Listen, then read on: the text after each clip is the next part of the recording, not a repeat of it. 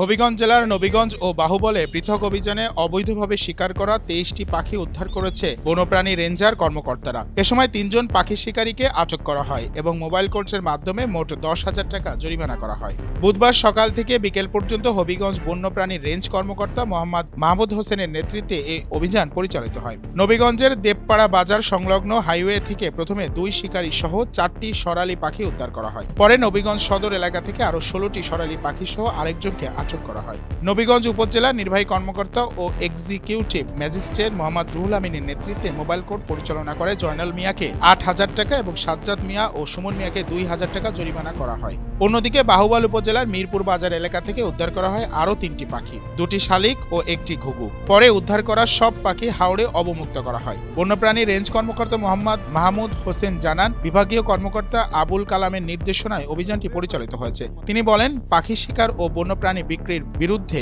অভিযান অব্যাহত থাকবে, কাউকে ছাড় দেওয়া হবে না। প্রকৃতি ও জীববৈচিত্র্য রক্ষায় হবিগঞ্জ বন্যপ্রাণী বিভাগের এই পদক্ষেপ প্রশংসনীয়। পাখি শুধু প্রাকৃতিক সৌন্দর্য নয়, পরিবেশের ভারসাম্য রক্ষায় গুরুত্বপূর্ণ ভূমিকা রাখে। এই ধরনের অভিযান জনসচেতনতা বৃদ্ধিতে সহায়ক হবে এবং মানুষকে স্মরণ করিয়ে দেবে যে বন্যপ্রাণী রক্ষা করা শুধু সরকারের দায়িত্ব নয়, আমাদের সবার নৈতিক দায়িত্ব বটে।